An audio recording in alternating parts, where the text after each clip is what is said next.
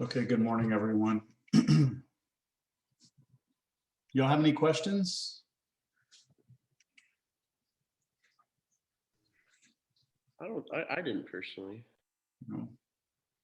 I did post the video solutions to homework for 7.2. The 7.3, I had extended the deadline till, what was it, Sunday night or Monday morning or something, right? The 14th, I think I extended it till.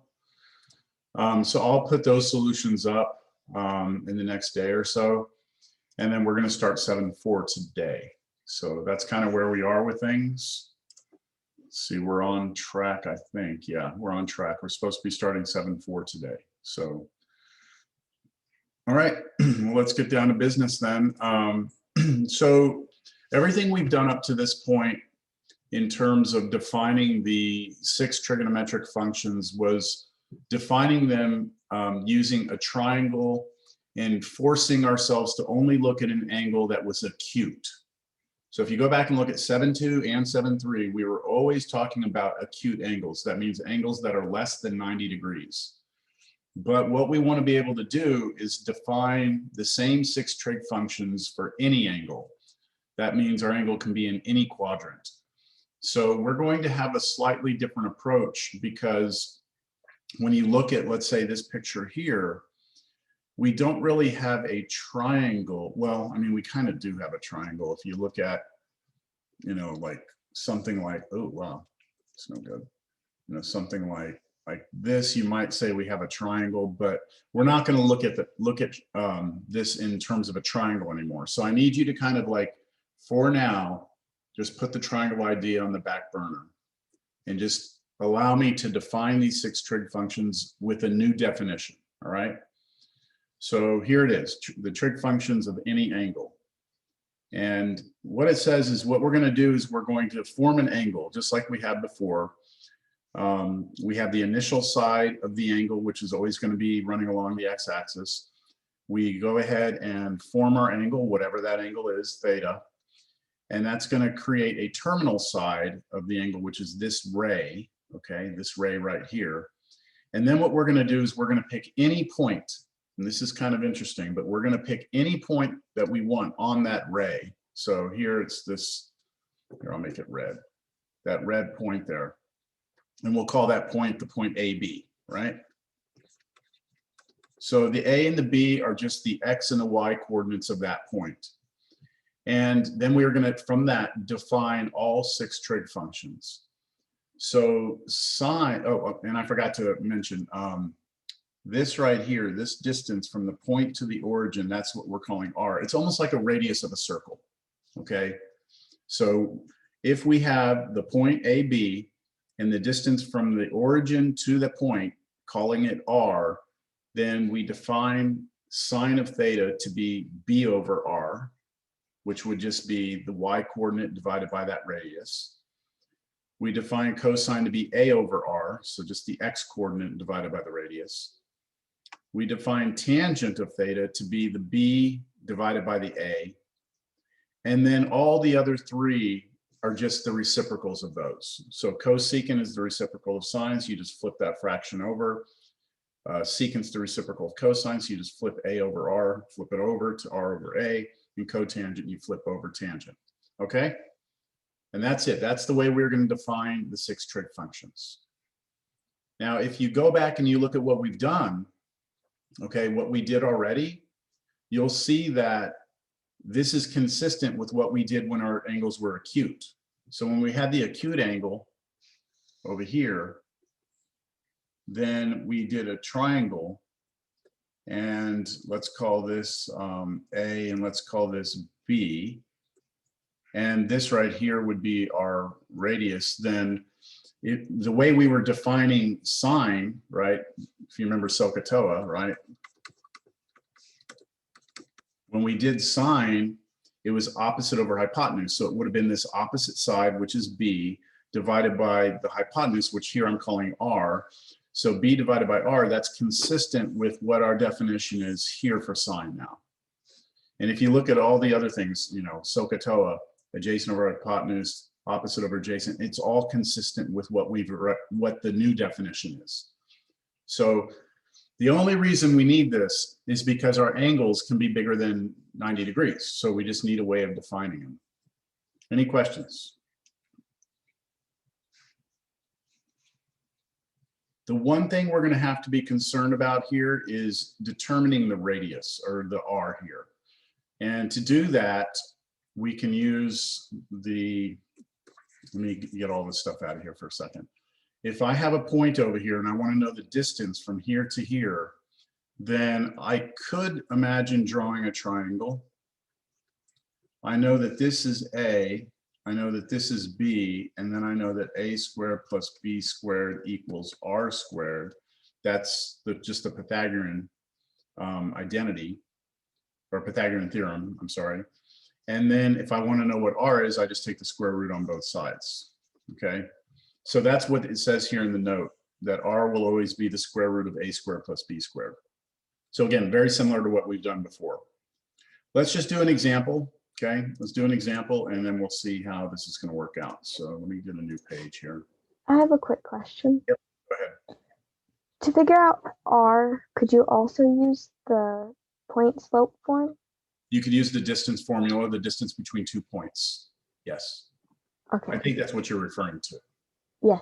Yes. So you would use the origin, which is 0, 0. Mm-hmm. And you use your point, and then you use a distance formula, you would come up with the exact same thing. Okay, thank you.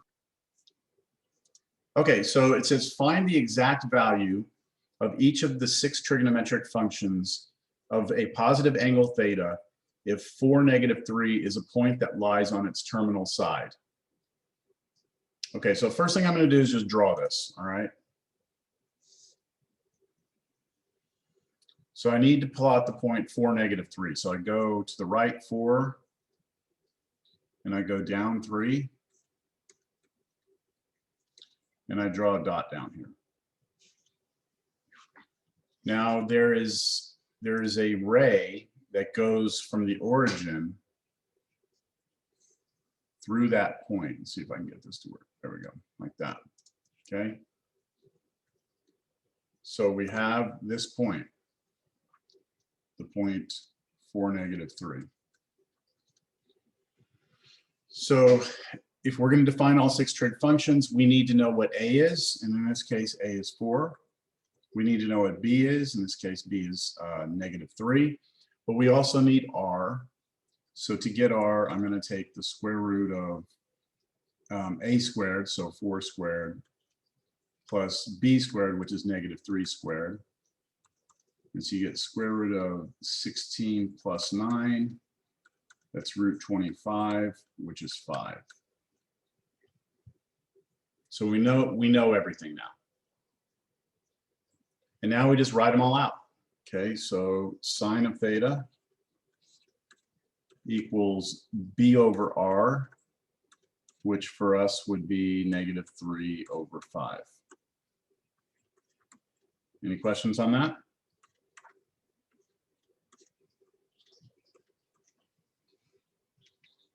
Brianna? Are you there, Brianna? No Brianna today? How about Karen? I see Brianna, but maybe Brianna's not there. Okay, how about Karen? Okay, Karen, can you give me what cosine of this angle would be? Cos is A over R, so 4 over 5. Okay. And how about tangent then? Tangent's B over A, so -3 over 4. -3 over 4. Good. Okay, so I mean, is this pretty straightforward? I mean, there's not anything weird happening here. It's once you get R, it's pretty much just use the formula, right? Okay, how about Anna Marie? You there? Yes. Hey, okay, can you give me the other three reciprocal functions then? So can you give me cosecant theta? 5 over -3. Just flipping the other one over, right? Right. Sine over, and then secant would just be, 5 over 4. yeah. And then cotangent, Would be -4 over 3. -4/3. I should mention here, just as a side note, okay, this is just a side little thing to be aware of. Whenever you have a fraction that has a negative on it, like -3/4, everyone should be comfortable with the idea that that is the same as 3 over -4. But that can also be written as -3/4. So when you have a negative sign on one of the two numbers, the negative can stay on top, or you can slide the negative to the bottom, or you can put the negative out front. All three of these are equivalent. So when Anna Marie said -4/3, that's okay. Even though the -3 was initially on the negative, sorry, initially the negative was on the 3, Anna Marie put the negative on the 4, that's fine, okay? All right, that's it. Pretty straightforward. Let's see what else can happen here. So let's go with this one. Okay, so find the exact value of each of the 6 trigonometric functions for each of these. Okay, so we have 4 different problems to do. We have to find all 6 trig functions for each 4 of these. So let's start out with A. Okay, so I'm gonna draw a picture. Now notice they did not give me a point. Do y'all see they didn't give me a point like the previous problem? What they want to know is what are the 6 trig function values at these angles. So we just have to draw the ray. Okay, so I'm going to draw my ray at 0 degrees. Okay, so 0 degrees means there, right? So that's both the initial and terminal sides of the angle are here. So we have 0 radians or 0 degrees. So what I could do here is I could pick any point I want on this line, on this ray. So how about Leslie? Is Leslie here? Yes. Okay, Leslie, you get to pick any point you want on that ray. Your choice. 2. Okay, so give it to me as an ordered pair, like an X and a Y coordinate. So 2, 0. 2, 0. Okay. All right. You can pick any, so for that angle, you can pick any point. Okay. And what's interesting about this is we should all get the same answer, no matter what point we pick. And if you don't believe that, we can do another point after this and you'll agree that it's true. Okay. So here we go. Let me write down the 6. Oh, you know what? Let me ask you this, Leslie. Mm-hmm. Can you tell me what the radius is? What this R is? 2. 2. Now you could use the formula, right? You could use the square root of a squared plus b squared, right? You could do that, or you could just say, hey, look, since it's straight out, it's just 2 units to the right. Okay. So for this particular problem, we know that R is 2. All right. Let me write down the 6 things: sine theta, cosine theta, tangent theta, equals, and then we'll have cosecant theta, secant theta, and cotangent theta. Okay, so remember when we were first learning these? I don't know if you remember, I told you the way that I remember that cosecant is the reciprocal of sine. The way I remember it is that I look at the S here in the middle, and that's what tells me that's the reciprocal of sine. I don't know why that's the way my brain works, okay? But that's how I remember this. And then secant, I just know is the other one. And then cotangent is, I think, is obvious because tangent, cotangent, right? That seemed reasonable. Okay, so I wanted to copy this because we're going to use this 6 times or 4 more times. So let me just copy that real quick. Okay. All right. So Leslie, do you want to go with the first one? what sine of theta is? So tell me what b over r is, right? 0/2. 0/2. And 0/2 is just 0. 0. Okay. Good. You want to keep going? Sure. Okay, so what would cosine of theta be? 2/2, so 1. 2/2, which is 1. Everyone got that? That's a over r. All right, what about tangent? Tangent is 0/2, which is 0 again. 0. Okay, good. All right, you're off the hook, Leslie. Thanks. All right, so next is, let me see, is Michael here today? Clark? All right, Michael. Lauren? Is Lauren here? No Lauren either? Okay. I'm calling on people who I haven't called on, or who have not been here. All right, let's just keep going. Tyler then. Tyler? Yeah, I'm here. Okay, so Tyler, what about cosecant theta? So then wouldn't it just be flipped, but it would make it 2/0? Yep. But that's where I'm confused. I don't know if that's still gonna just equal 0 or if that's like even possible to do since 0 is not like, well, actually, no, 2 divided by 0, that'd still be 0, I guess. Okay, so when you have 0 on top of a number, the answer is 0. Yeah. When you have 0 on the bottom, that you cannot do. So we can never divide by 0. Okay, never. Right. And so what we would, so your instinct was right that something was wrong here. We would say here, this is undefined. Okay, because we have division by 0.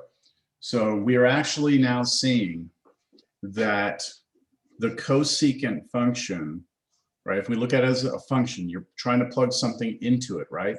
Trying to plug that angle in. And what's happening is when you plug it in, you get something undefined. So this is almost like trying to take the square root of a negative number. You can't do it, right? So cosecant has a problem when you try and plug in 0 degrees. And you know, I should have put 0 here for all of these. This is 0 degrees, 0 degrees, 0 degrees, because we're talking about a specific angle here. At 0 degrees, cosecant is undefined. All right. So Tyler, why don't you tell me about secant? What would secant of 0 degrees be? It's gonna be 1 because it's just gonna still be 2/2 regardless. 2/2 flipped again, you're going to get 1. Okay, I'm going to stick with you, Tyler. How about the last one? And it's gonna be flipped, so it'll be 2/0, which is gonna be undefined. Undefined. Yeah. Ooh, undefined. So it's undefined at 0 degrees. Two of the trig functions are undefined at 0 degrees. Now later on, we're gonna actually graph these. We're gonna look at these as functions, and we're gonna graph them. And what we're gonna discover is that certain functions here have problems at certain angles, which means that we're gonna have like, if you remember from college algebra, rational functions when you had vertical asymptotes. Remember that happening in college algebra? You had these weird like graphs that would have like a dotted line, and then the graph would go up or down or something like that. We're going to have that happen later. Okay, that's I think 2 sections away. All right. Okay, that's good. Let's go on to B. So for B, the only difference now is that we're at 90 degrees, right? Or pi/2. So we're up like this. So our angle here is 90 degrees. So it's a right angle. And okay, so Angelique, you there? I'm here. Okay. So you get to pick a point. So go ahead and pick any point you want on that ray. Oh, did y'all want me to convince you that this would have worked with any other point that someone would have picked? Or do y'all see that it would have given you the same answers? Yeah, it would have they'll cancel out because whatever coordinate we would have picked, we would have had the same radius, so it would have worked out, right? That's right. So if you would have, let's say this would have been 20 instead of 2.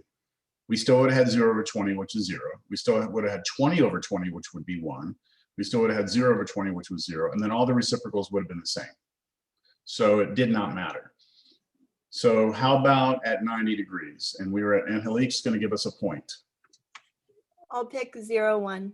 0, 1. Okay. 0, 1. So at 0, 1, we're going to do our 6 trig functions here. And when I do this, I'm going to change this. Everyone just be aware that this is actually 90 degrees that we're talking about here, right? 90 degrees, 90 degrees, 90 degrees, 90 degrees, 90 degrees. Angelique, what's R? 1. 1. Okay, so it's 1. And so you want to go ahead? Sure. For sine, it's 1 over 1. Okay, so that's 1 for cosine. Cosine is 0 over 1. Which is 0 0. And then tangent, is 1 over 1 again. careful. 1 over Or 1 over 0. 1 over 0. So it's b over a, right? B Yeah. over a. And then 1 over 0 is what? Undefined. Undefined. Okay, so we have a problem here with the tangent function. At 90 degrees, tangent is undefined. At 0 degrees, tangent was 0. But at 90 degrees, tangent's undefined.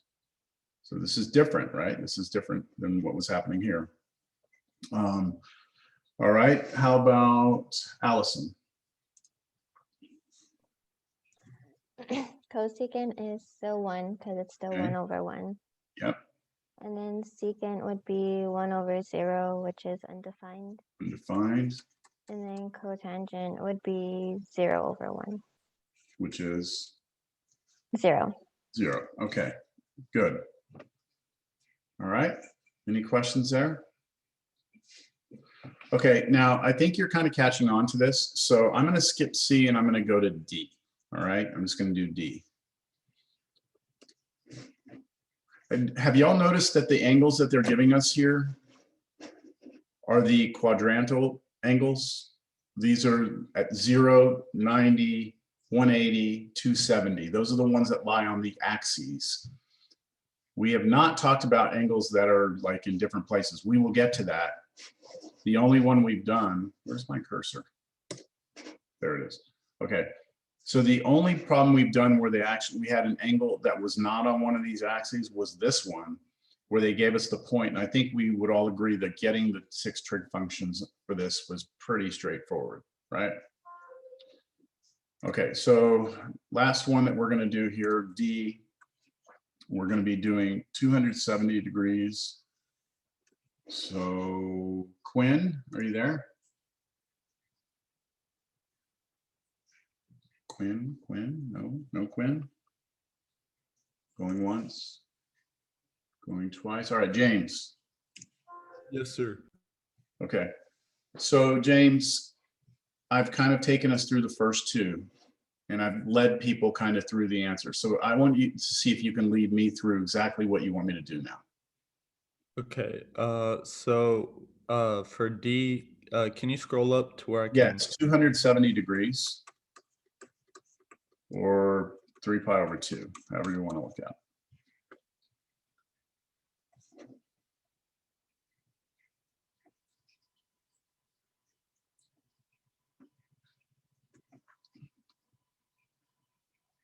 Okay, so 270 and then 3 pi over 2. So and then what we're gonna do with that is we have to determine what it's gonna lie on. So it's 270 degrees. So it's gonna be 3/4 of a completion around. Yep, good. So 3/4 of the way down, and then I'm just going to draw like a ray this way like that. Okay, now what? And now we have to determine what our A and B is going to be. Okay, So on this one, I'll go ahead and we'll do 0, -3. good. Thank you for doing something different. That's good. 0, -3. All right. Everyone got that? X coordinate 0, Y coordinate down 3. And then our radius would be 3 or -3 as well. Okay, I'm glad you said that. So the radius, or r, will always be a positive number. Always. Think of it like a distance. You're measuring from, like you have measuring tape and you're saying how far away is that point. So then this is critical with what's going to come in a little while. Your A and your B could be positive or negative. It depends on where you are, right? But your R will always be measured positive. Always, always, always. All right. So let's do these. What's sine of 270? I'll let you do one of them and then I'll move on to someone else. Yes, sir.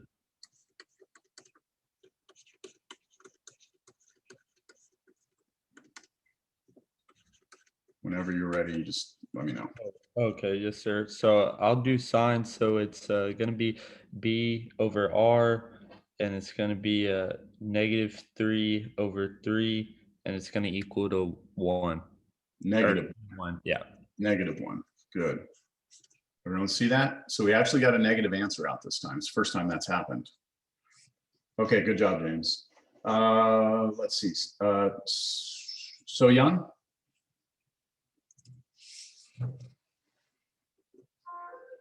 Yeah, there? No So Young today. Oh, no, I see So Young. I'm here. Okay. Can you give me the other 5? Yeah, cosine will be 0/3. Mm-hmm. So that's, So it's 0. okay, Tangent will be -3/0, undefined. undefined. I'm just gonna put UND, okay, for undefined. Keep going. Cosecant will be 3/-3, so Mhm. it's gonna be -1. Okay, The secant will be 3/0, undefined. undefined, Cotangent will be 0/-3. It's gonna be 0. 0. Good. Any questions? You all seem to be understanding this.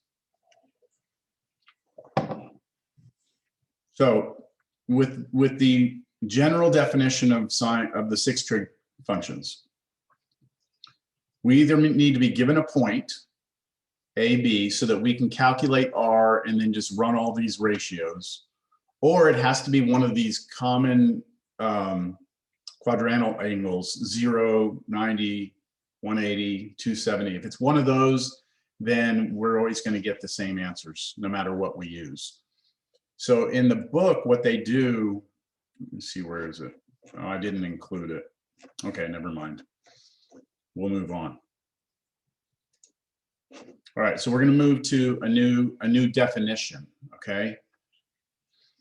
So we have this definition called coterminal angles. So what this means is if you have 2 different angles, okay, so we know that we could draw an angle and then we can draw some other angle. We will call them coterminal.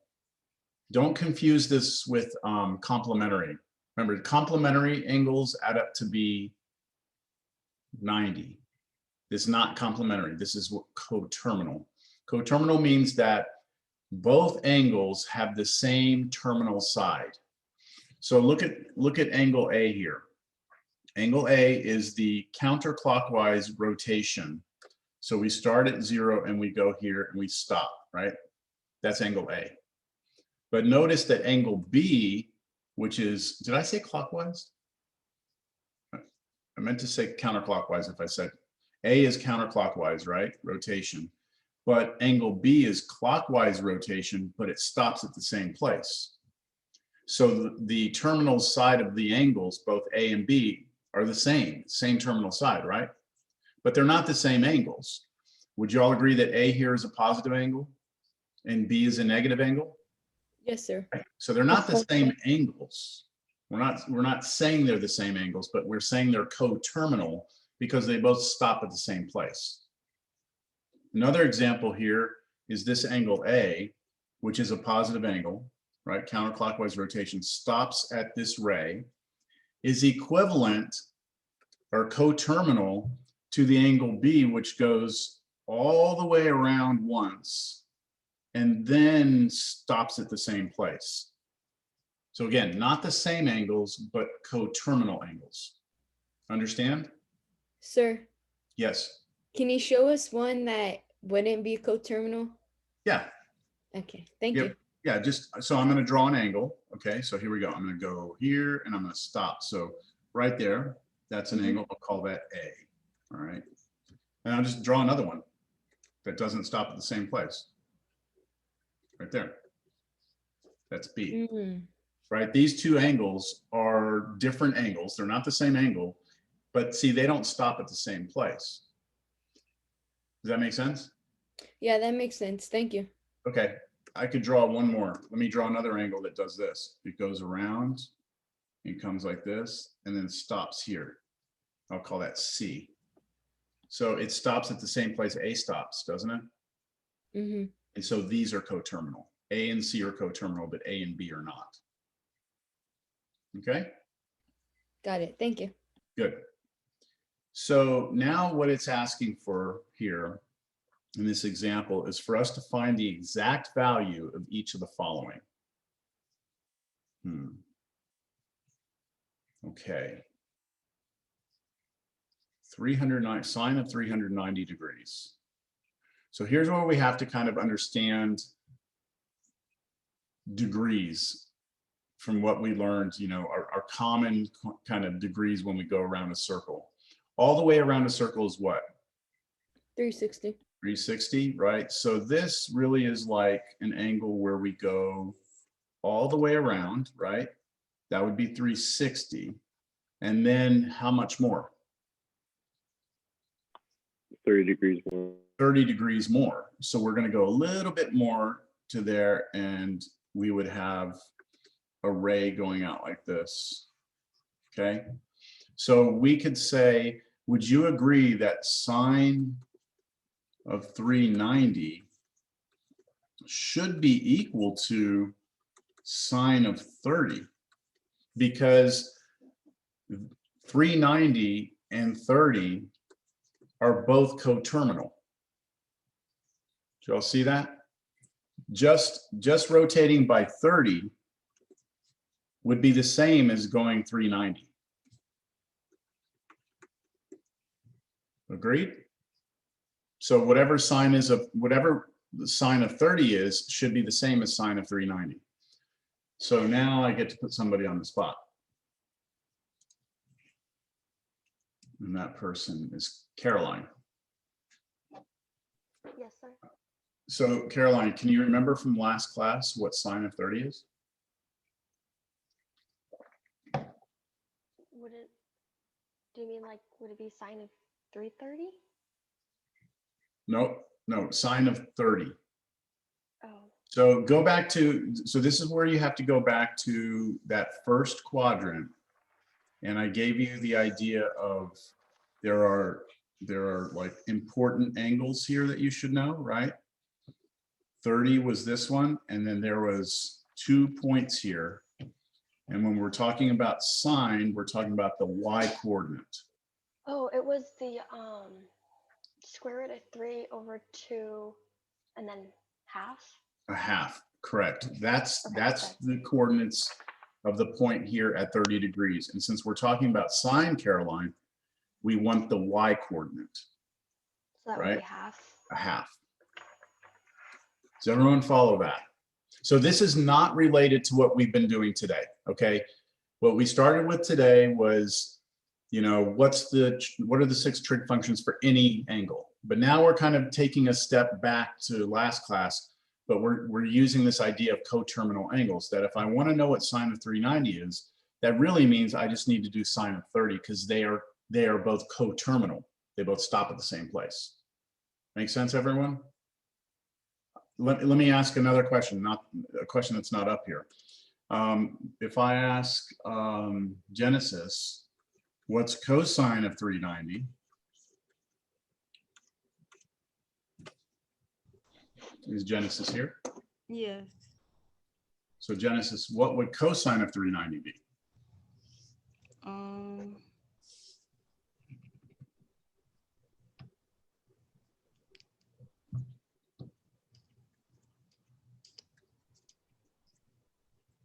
Is Genesis, is 390 coterminal to 30 degrees?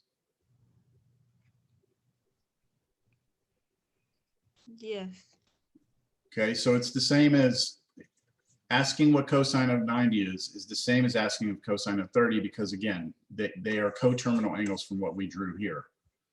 So now, Genesis, if I ask you what cosine of 30 is, you go back to this picture over here, you go to 30 degrees, and you're going to be picking which coordinate, the X or the Y?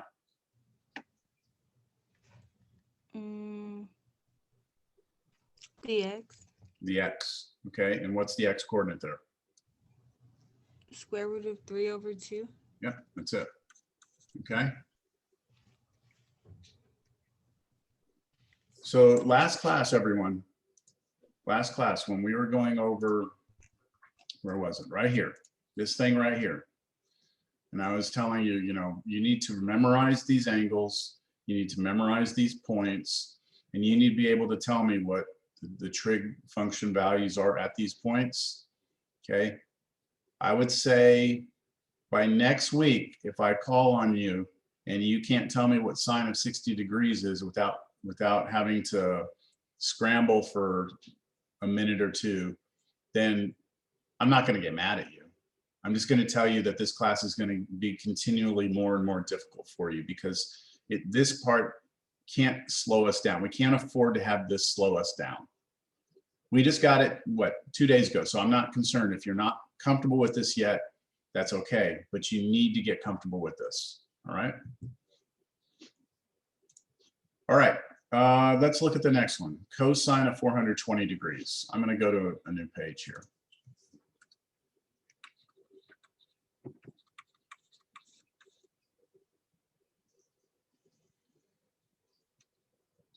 And I'm not trying to pick on anyone. Genesis, please don't take that the wrong way, what I was saying. I wasn't directing it at you. I still have Cal 2 students who can't tell me what cosine of 30 degrees is.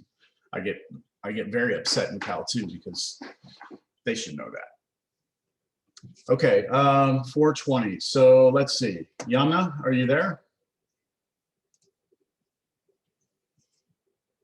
Yes, sir. All right, how's it going? I'm good.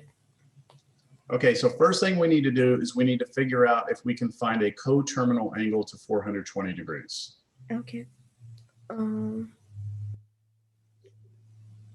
Is it like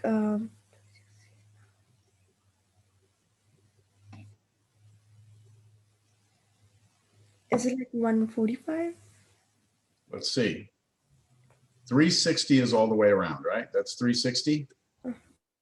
So the question is, how much more than 360 do we have, right? So couldn't we just take 420, just take the number 420 and minus 360 from it? Okay, and what do we get there? I can't do arithmetic. It's like 60. 60, right? So 420 is 360 plus another 60, right? So that means that we're up here another 60 degrees right there. And that puts us there, doesn't it? Yes.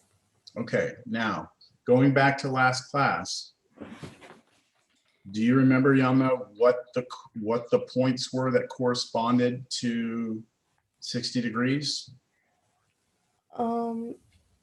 Is it under 2/2? No, sorry, it's 1/2. 1/2. Yes, and then under root 3/2. Yes, good. Okay, we're almost there. So what we're saying here, Yana, is that cosine of 420 should be the same as cosine of 60 degrees because those are coterminal. Mm-hmm. And now you're just going to tell me what cosine of 60 is. Half. Half. So cosine, again, is always the x coordinate. Mm-hmm. Sine is always the y coordinate. Good. We're done. 1/2. Any questions? All right, let's see what the next one was. Where is it? 9 pi over 4. Tangent of 9 pi over 4. Tangent of 9 pi over 4. Who's going to get lucky here? C. Tangent of 9 pi over 4. So here's where things get more challenging because we're not working with degrees now, we're working with radians. Most people have no problem counting, you know, degrees, 360, and then, oh, just add 60 more, we're at 420. But when it comes to counting things in radians, students always seem to struggle. So let's see, Jackson is up. Jackson here? Yes, hello. What's going on? You ready for this? I can try. Okay. So I'll open this up. Well, Jackson, do you have a way of figuring out where 9 pi over 4 is? Would it be equal to 3 pi over 2? Or could we like break it down into that, or is it different? Well, I don't know. How are you coming up with 3 pi over 2? I think you're trying to reduce this fraction, but yeah, because 3 pi over 2 would be 270 degrees. So I thought that would make it easier if that's how you could do it.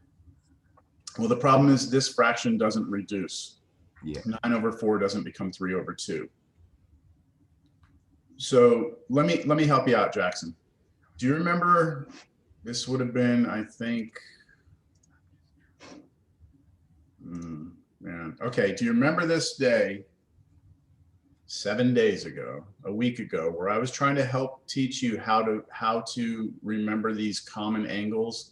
And I said, let's just kind of count our way around. Yeah. You don't remember that? Okay, and pi over 4 was one of those critical angles that you can start counting around with. And notice on this one, it's 9 pi over 4s, right? Yeah. So Jackson, let's just count our way around. Okay, if this is pi over 4, let's count our way around. That would be one of them, right?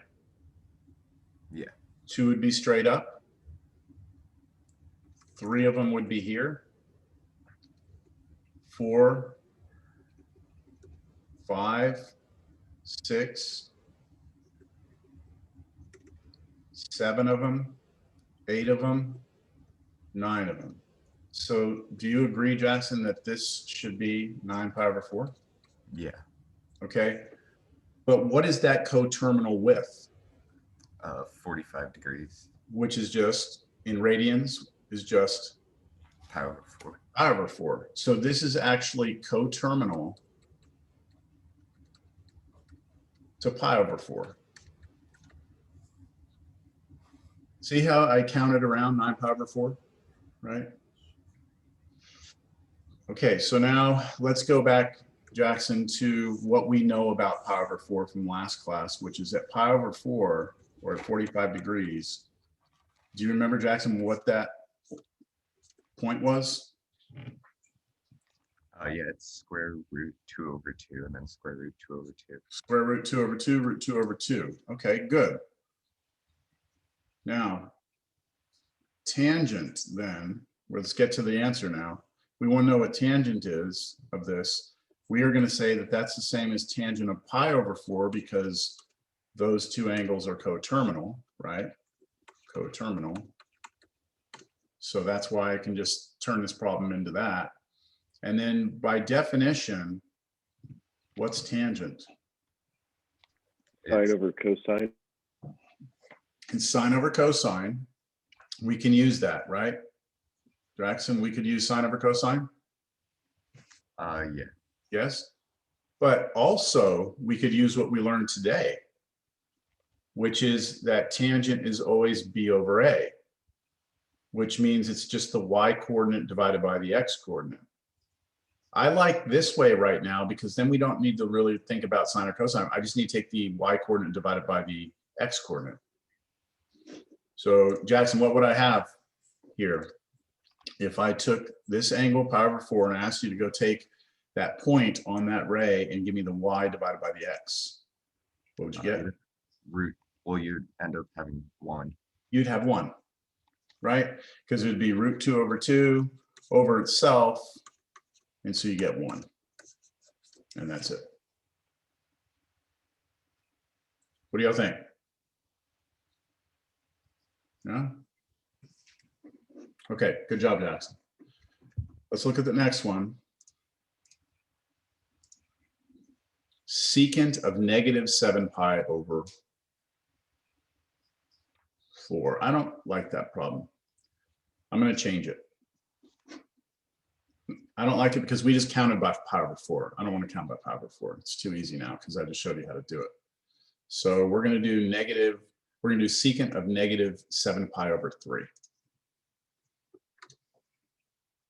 So secant of negative 7 pi over 3. And who gets this here? Maddie, you get this one. Pi over 3 is, pi over 6 is 30 degrees, correct? Pi over 6 is 30 degrees, correct. So would pi over 3 be 15 degrees? Pi over 3 would be doubling 30, so it'd be 60 degrees. Okay. Yeah, so there's a couple of ways to look at this, but go ahead. Would you count backwards? Yes, good. So we're going to count backwards because it's a negative angle. Does everyone see that? We've got a negative angle here. So we need to count backwards. Now, this is where things get a little tricky because we need to count by pi over 3s, right? Pi over 3s. But I taught you how to count by pi over 6s, right? If you go back and look at when I showed you this a week ago, when I said, where is it? I think it was the next page. Yeah. So when I taught you how to count to get all these like pi over 6, pi over 3, pi over 2, when I taught you this or showed you this, I said, let's start with 30 degrees and just count our way around. And when we did that, we picked up all the 60 degrees in here, okay? So right now, we really only know comfortably how to count by pi over 6s and go around. You all understand what I'm saying? If I draw something, I could count, here's 1 pi over 6. Here's the second pi over 6, which is really pi over 3 if you reduce it. Here's the third, here's the fourth, fifth, sixth, seventh, 8th, 9th, 10th, 11th. Do you understand? We can count by pi over 6s. So I'm gonna suggest something to Maddie that's gonna seem very unnatural initially, but I'm gonna just ask Maddie if she agrees with us. Maddie, could I rewrite 7 pi over 3? As negative 14 pi over 6? Very good, negative 14 pi over 6. So basically, I want this to be a 6 down here because I like to count by pi over 6s. So let's just multiply the top and bottom by 2. That's tricky. Any questions on that? We're doing this conversion just so we can count it better. Now, Maddie already said it's going to count backwards because there's a negative, right? All right, Maddie. So I'm going to start at 0, and then you can help me start counting backwards.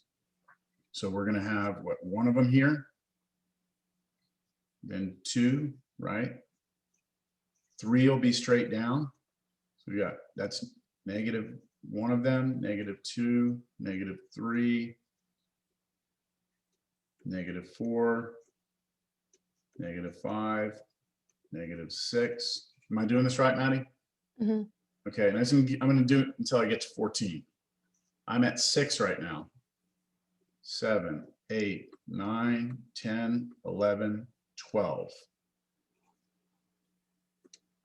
13, 14. That's where I am, right? Yes. I'm right there. Okay, we're gonna have a problem. It's okay though. We'll fix it. Okay, here we go. This is where we are, right? So right here, Maddie, that's where we are. So what are we coterminal to then? Which way are we looking at it? You could go either way. It's up to you. So this is where we stop, right? We could go all the way around and come back, or we could just go backwards to here, or we could just come around to here. So can you just tell me what this angle is right here? Let's go ahead and just go backwards. What is it? Negative 60. Negative 60. Everyone okay with that? Negative 60 degrees. Now we could have also said negative pi over 3. Because this is pi over 6, negative pi over 6. This would be negative 2 pi over 6. Does anybody have a question right now at all on how in the world we are saying that negative pi over 3 is really coterminal? Sorry, negative 7 pi over 3 is coterminal to negative pi over 3.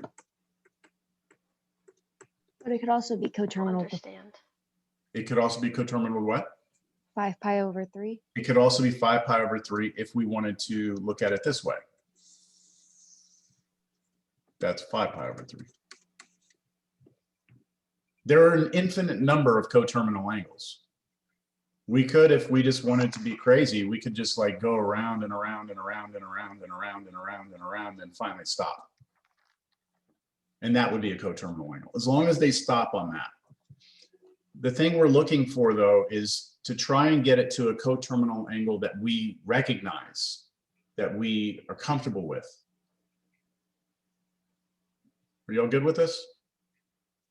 Okay, so we've run into a problem for the first time where the coterminal angle that we have is not one of the angles I asked you to memorize. Remember I told you to memorize these and to memorize the points, √3 over 2, 1/2, right? And I asked you to memorize all those. The problem here is that our angle, our coterminal angle, is down on the bottom, isn't it? It's not up on the top in the first quadrant. Go with me? Yes.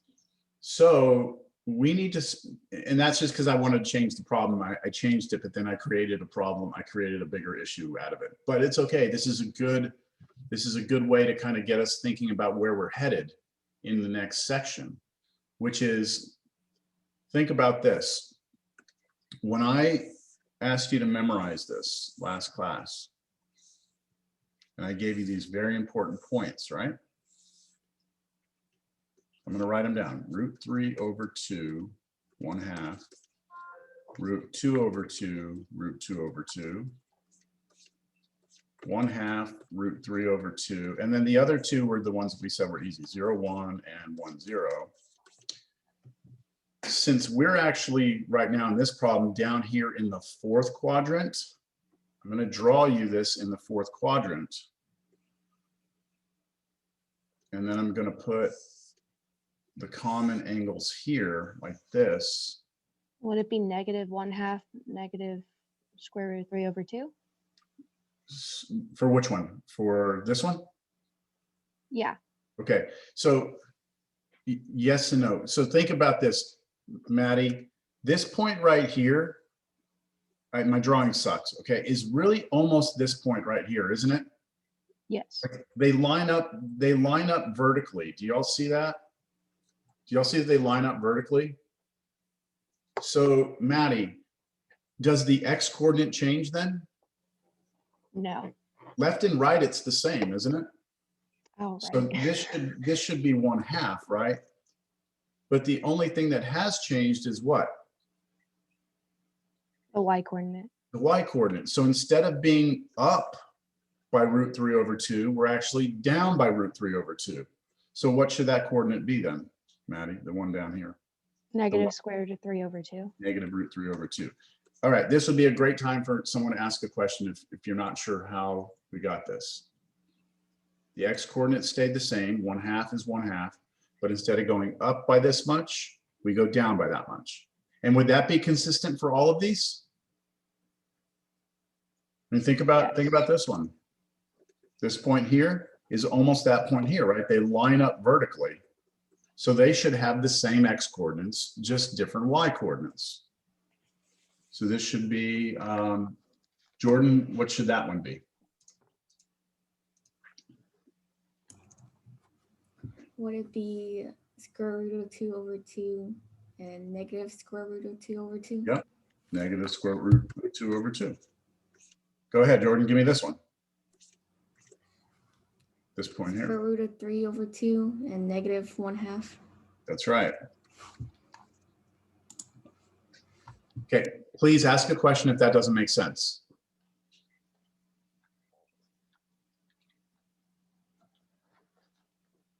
All right, well, look, I mean, if we could do it that way for that fourth quadrant, couldn't we come over here and do the same thing over here in the second quadrant? Couldn't we like break it up into the 3 important pieces and then figure out these? Yes. Yeah.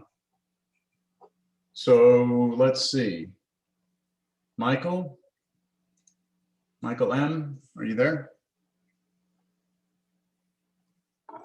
I'm here.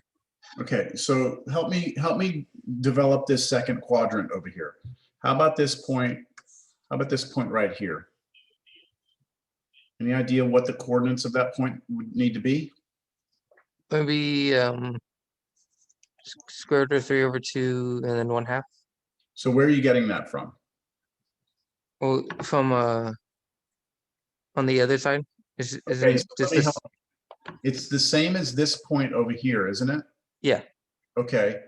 So if it's the same point, do you agree that they have the same heights? Yes? Yeah. So that means they have the same y coordinates. Yes. Okay, so the y coordinate should be root 3 over 2. Okay. What about the x coordinate though? Oh, it'll be a negative. Negative. So instead of going to the right by a half, we're going left half.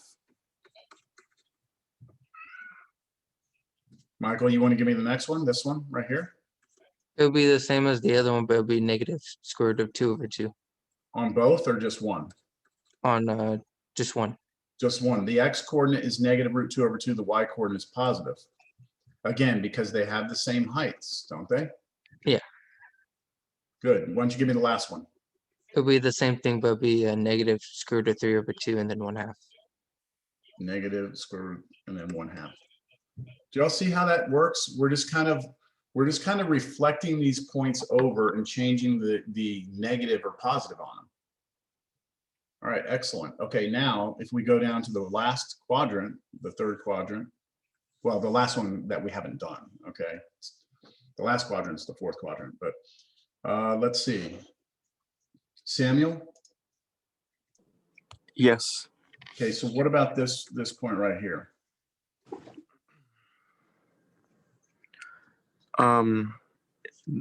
They're both going to be negative, so it's going to be negative 1/2. Where are you getting that 1/2 from? Look at it as this point just brought down, right? So they have the same x coordinate, right? You go to the left the same for both of these. So it should be this same x coordinate. And then what about the y coordinate? And then negative 1/2. Negative 1/2. Good. And then the next one?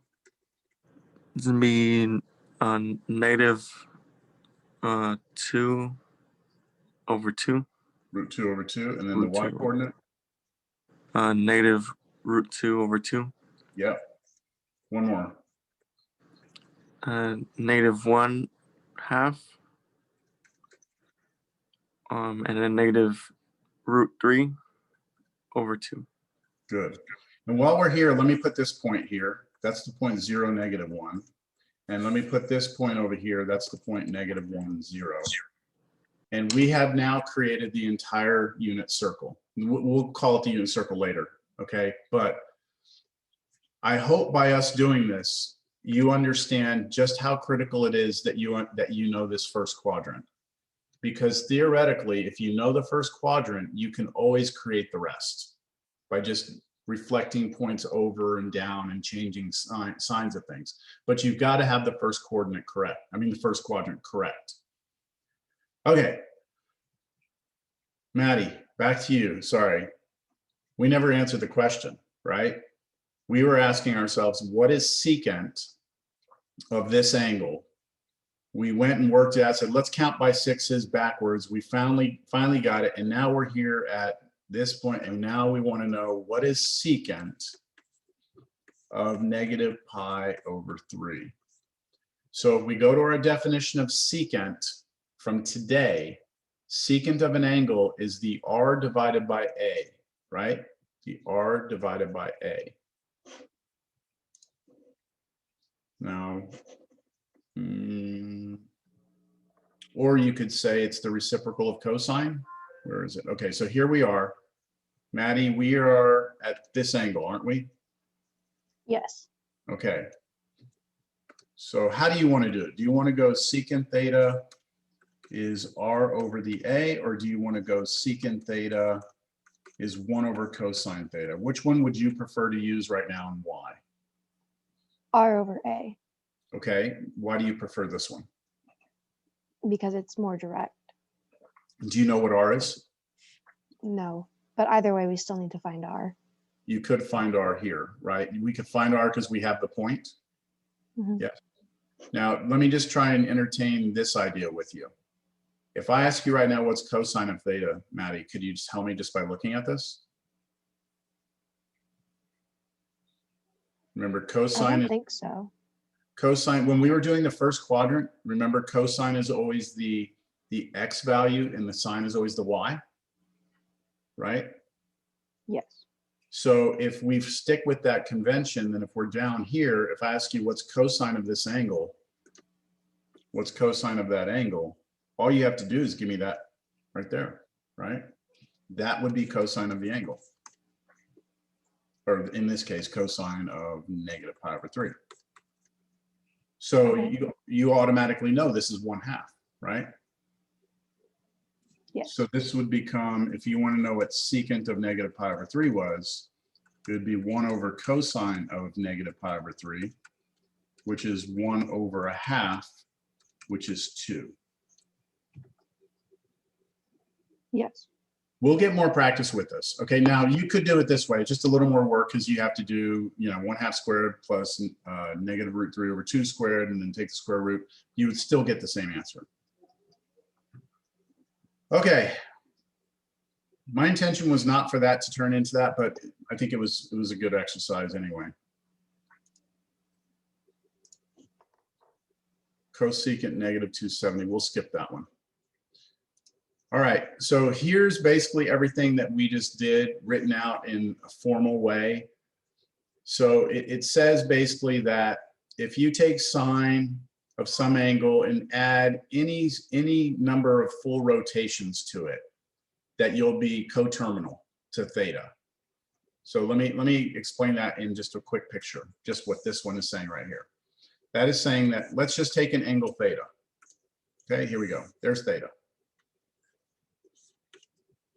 Now, if we take that theta, okay, and we add to it 360K. Now the K here stands for like a counting number, like 1 or 2 or 3 or 4. So that means if we add 360 or 2 360s or 3 360s or 4 360s or any number of 360s, that would basically take that angle theta and go all the way back around, either once or twice or 3 times or 4, and all of those will be coterminal. So this just represents K rotations, full rotations. And that would work for all 6 trig functions. Does that make sense?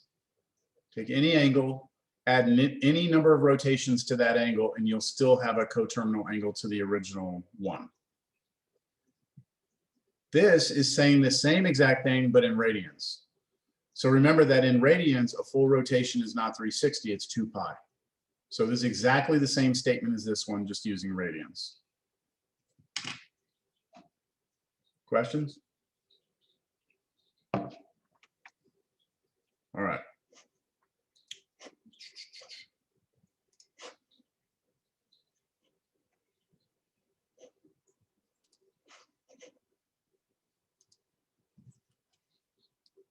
All right, so here's what we're gonna do now. We're gonna talk a little bit about Can you go back to that table for just a second? which one. The 360K. Oh, yeah. Forgot where I put it. There we go. That one right there. Thank you. Yep.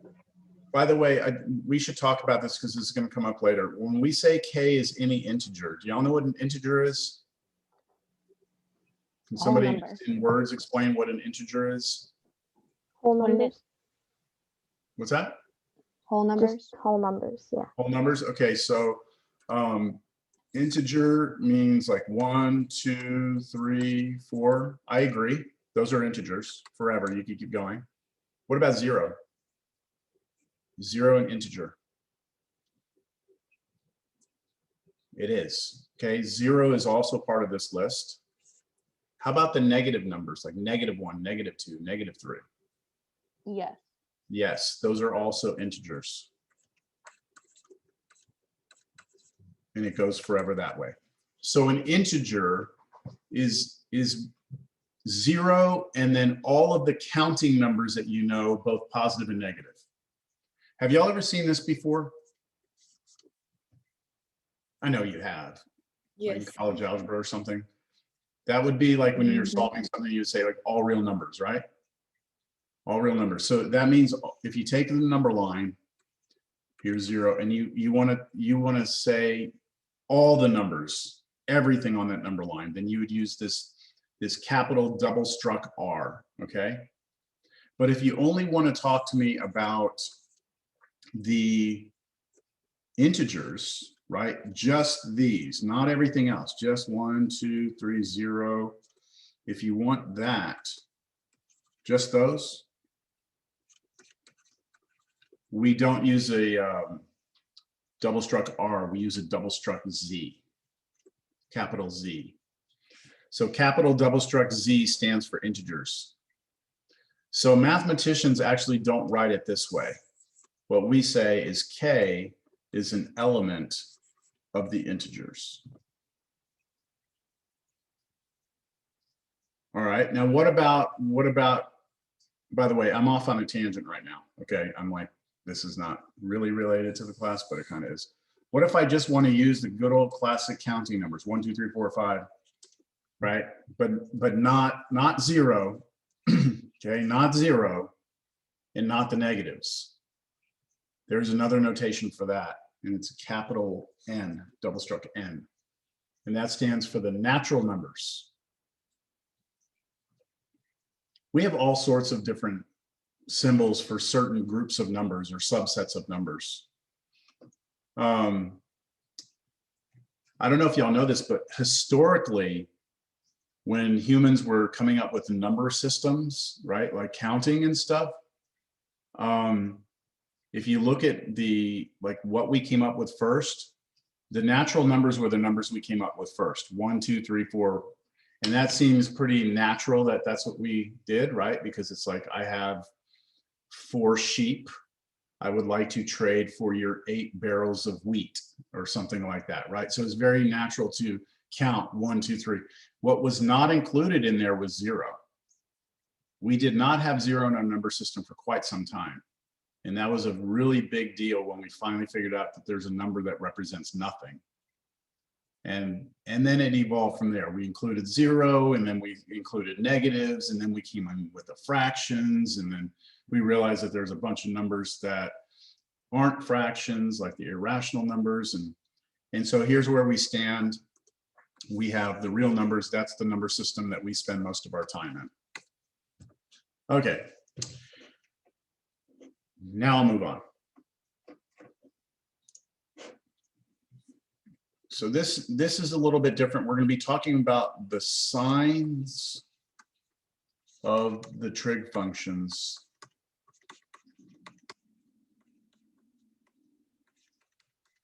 Did y'all hear my stomach? Could y'all just hear my stomach? Did y'all hear that? It's like, okay, the signs of the trig functions in the 4 quadrants.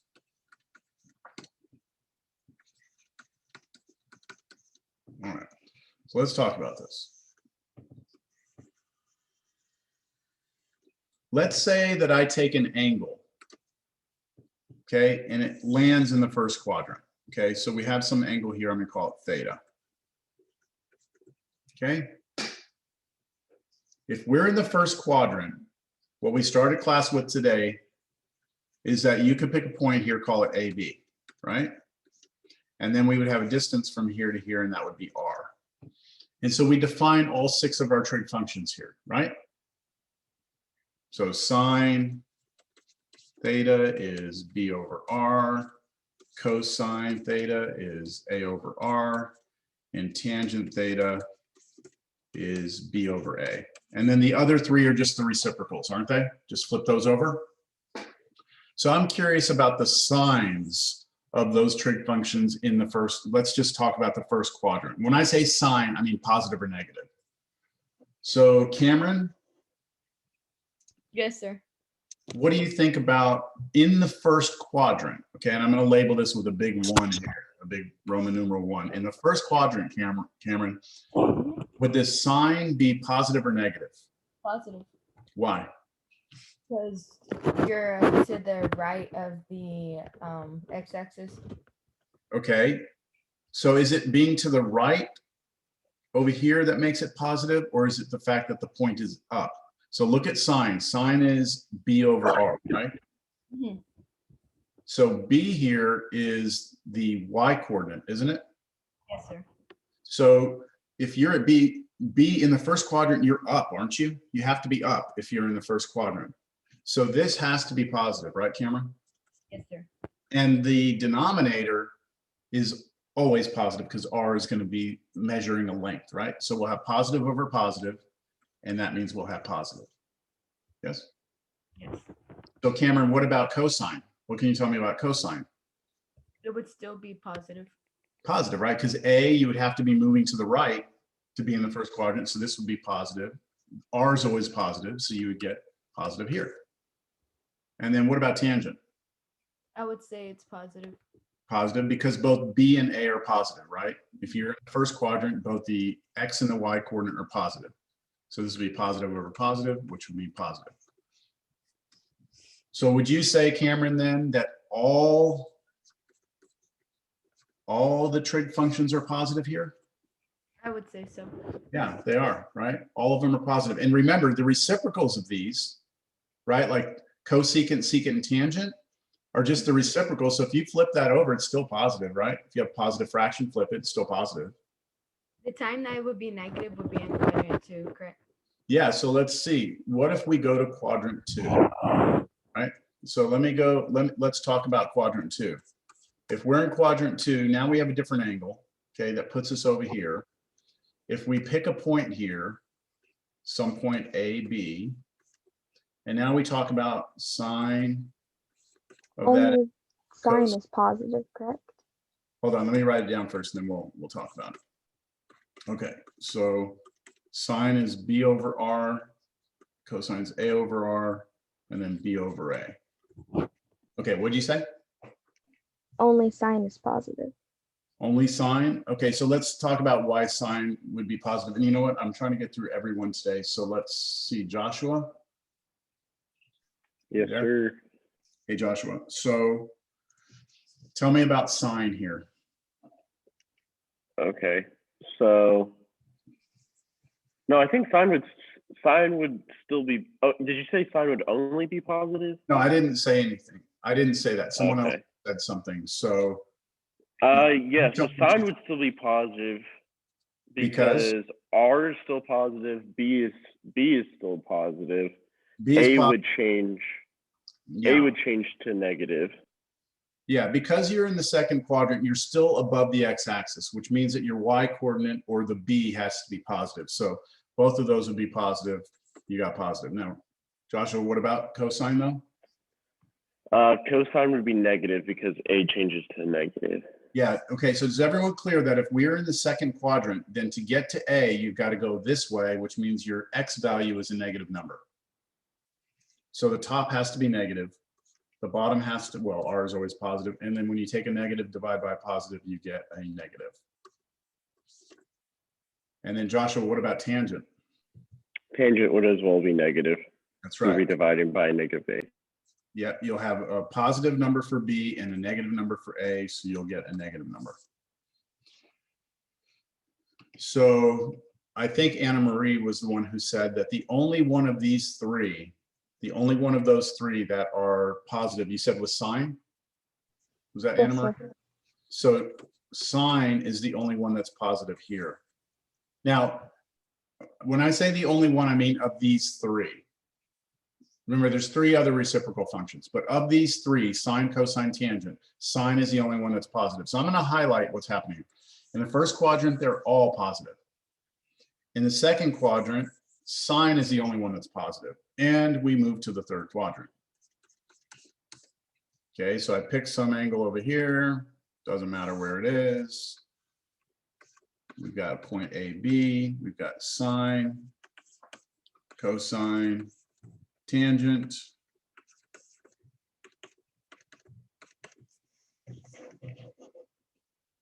Sierra?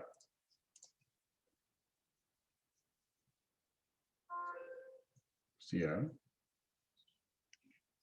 No Sierra. Okay. How about Essa?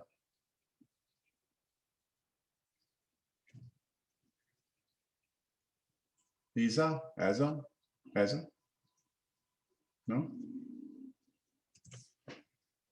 Okay, well, that's it. I think I've gotten through everyone. Good. All right, so here, somebody tell me about the X coordinate here, this A here. What's that have to be?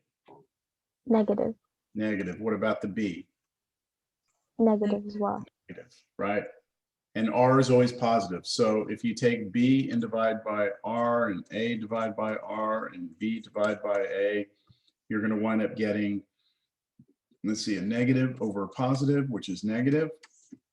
Here you're going to get a negative over positive, which is negative. And then careful on this last one, because it's B over A, they're both negative, right? So negative over negative, which is positive. So of these three, who would like to tell me what's the only one of these three that's positive here?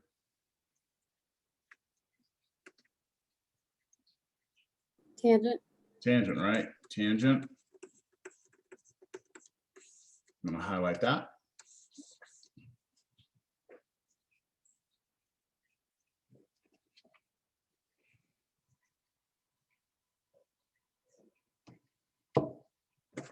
And then when we get to the fourth quadrant, I'll leave that to you, okay? I think you can figure that out. Can somebody tell me which one is the only one that's positive here? Cosine. Cosine. So I'm gonna leave that as an exercise for yourself, but cosine is the only one that's positive here.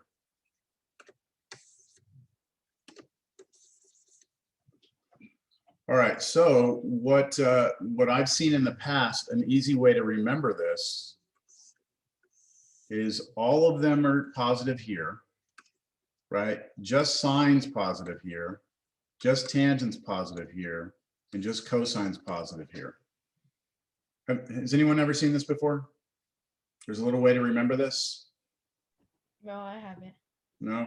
Okay, so way to remember this is, remember when we do angles, we start in the first quadrant here and we move through like this, right? That's the natural positive angle.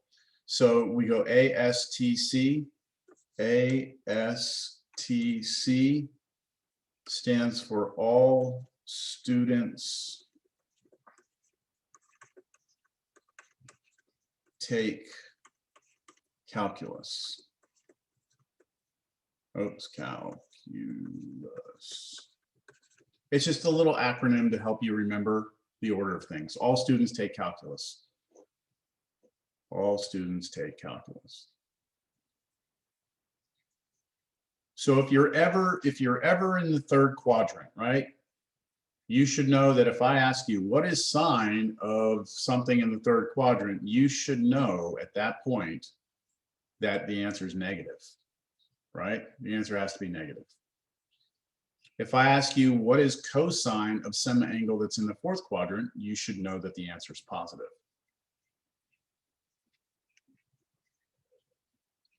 All right.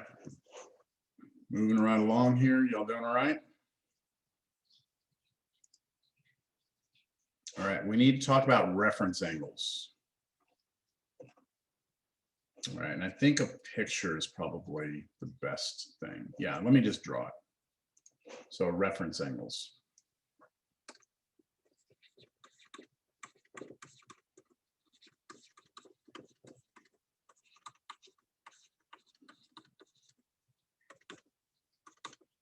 Okay, so here's the way reference angle works. If you have an angle, doesn't matter where it is.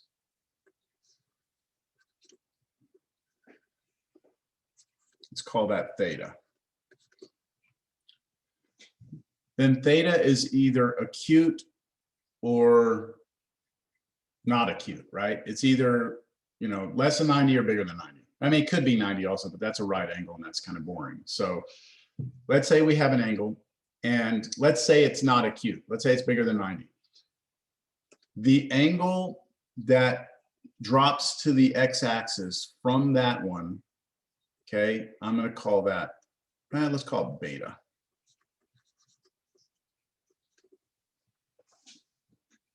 Beta is called the reference angle of theta. And what it is it's the acute angle that takes you to the x-axis. So there, beta is the reference angle. Beta is the reference angle of theta. I'll draw you another picture.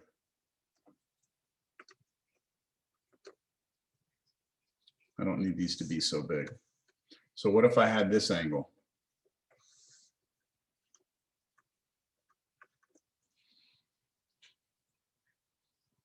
Well, in this case, theta itself is the reference angle, because what we're looking for is an acute angle that drops you to the x-axis. So I'm looking for the angle that would drop me down to the x-axis from here, but that's what theta is.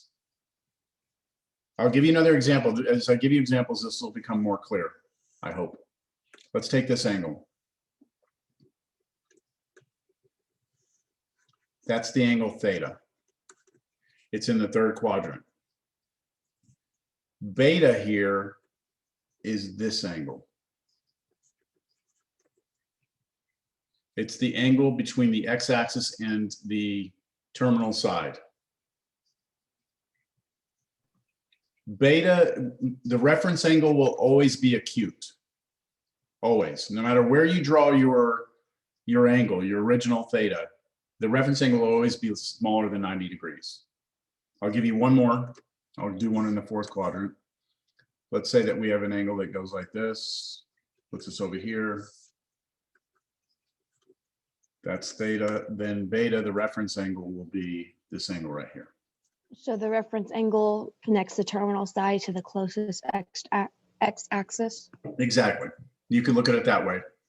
The angle beta is the angle between the x-axis and the terminal side of theta. You could look at it that way. Let's see what the book says. The book has a formal definition. Where is it? Let theta denote an angle that lies in a quadrant. The acute angle formed by the terminal side of theta and the x-axis is called the reference angle. So the acute angle formed by the terminal side of theta and the x-axis. That's the technical definition of it. All right, so let's just look at a few examples and make sure we understand like what we're looking at here. So let's say I give you an actual angle here. I'm going to give you, let's say that this is 165 degrees. What's the reference angle?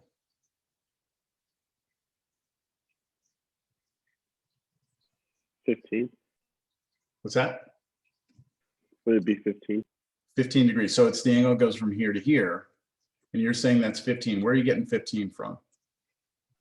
Subtract 165 from 180. Yeah, okay, so if we go all the way to the other side straight, right, a straight angle would be 180. So we need both of these to add up to be 180. So the reference angle would be 15. Okay, what about this?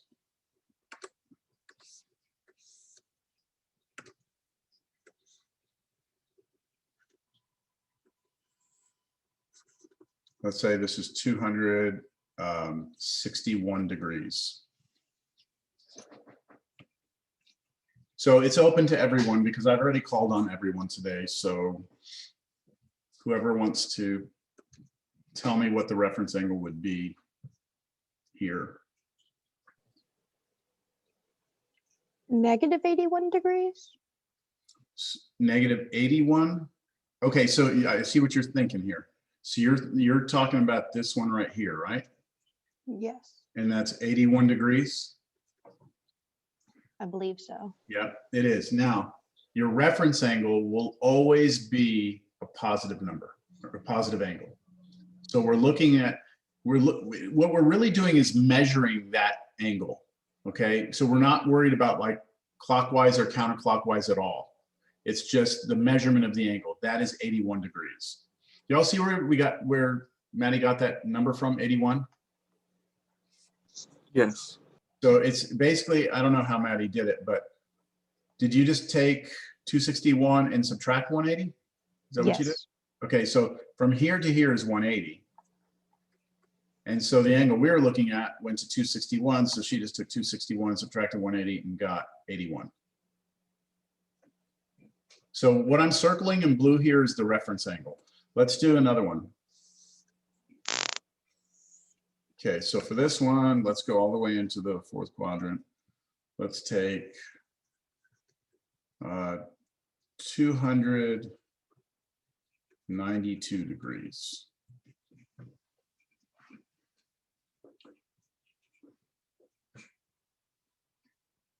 Who wants?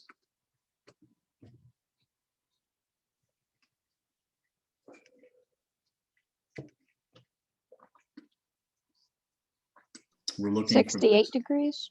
This one right here, from here to here? Yes. 68 degrees, that's correct. And look, even though it's backwards, even though it's this way, you're always going to look at your reference angle as being a positive angle. All right, always.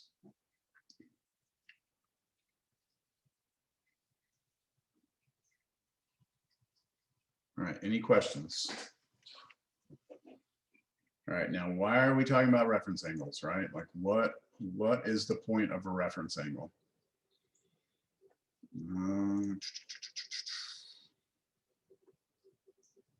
Yeah, all right. So I'm trying to figure out if I want to do this right now or not. It's 10:28.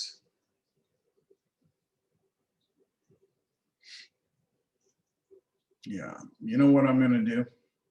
I think we're going to call it a day. We have not finished the section. We still have a few more things to do, but by the time I get into it,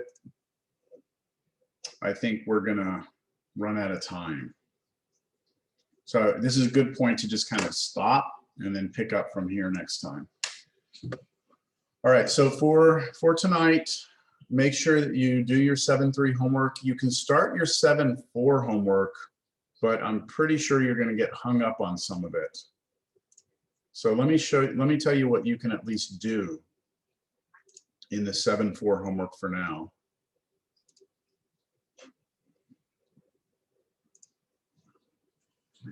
There's a few questions here.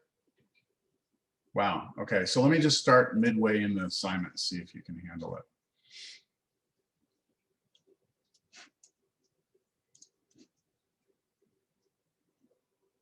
Use the reference angle. Okay, so that, no, reference angle. Yeah, you can do these. Find the reference angle. Find the reference angle.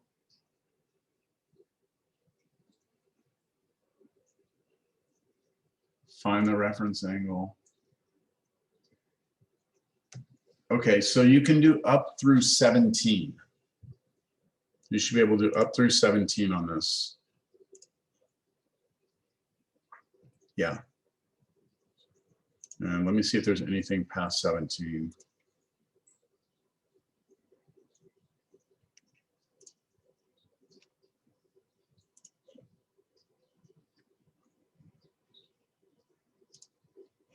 You know what, I would just say you can look at the assignment, and remember, this is not going to be due. I'm going to push it so you don't, it's not going to be due on Monday. Okay, this is going to be due next Wednesday. But I would say work through what you can on this assignment. And if it talks about reference angles, like use a reference angle to find a trig value, don't worry about that so much. All right. But look at everything else, see if you can do them. Like this problem, everyone should be able to do. It's just asking you for sine of 8 pi. So you just got to figure out where 8 pi is. So remember, every 2 pi is a full revolution, right? Every 2 pi. So this is basically 4 revolutions. So you should be pointed out the x-axis. In sine, you just, you know, use the y coordinate. And so anyway, do what you can. Are there any questions? Is this all, you know, is this working for you all? Yes, sir. Yeah. Okay. Yeah, it's what I'm following pretty well so far. That's what I'll explain. I mean, things are gonna, you know, slowly start to kind of build, and you know, everything we do, we're gonna need to be able to go back to. So we want to make sure that this foundation on this stuff is pretty solid, so that we can build off of it. Pre-cal is one of those classes where things gradually build. You know, you get to Cal 1, it builds a little faster, and Cal 2, it builds real fast. So, okay. How is the, do y'all have any comments or suggestions as far as how I'm doing this? With the way I'm working on this, and, you know, using the, you know, the note taker and all that, is all that working for everyone? Yeah, it Yes, sir. works really well. Okay. It's easy for us to follow. Yeah, because you know, for me, this works great because I have 3 different screens that I work with here. So I literally look up at you all and I see whoever's on video, and it works real good for me. I know for a lot of you are only seeing my screen and maybe a little video of me, right? Or something like that. So I know on my end, it's great because I see all of you, I see my work, I see other things. So, but for you, I just don't know what it's like to sit there and just watch somebody write all day. So I hope that by me calling on you, it's kind of helping you stay somewhat engaged in things, because I know it'd be very easy to, you know, just kind of turn off your video and do something else. So anyway, all right, well, we do the best we can with what we have, right? Yes, sir. Thank you. Okay, I'll hang out if you have a question. Y'all have a good weekend, right? Thank you. Okay. Thank you, sir. Bye. Bye, thank you. Have a good Thank you. weekend. Good.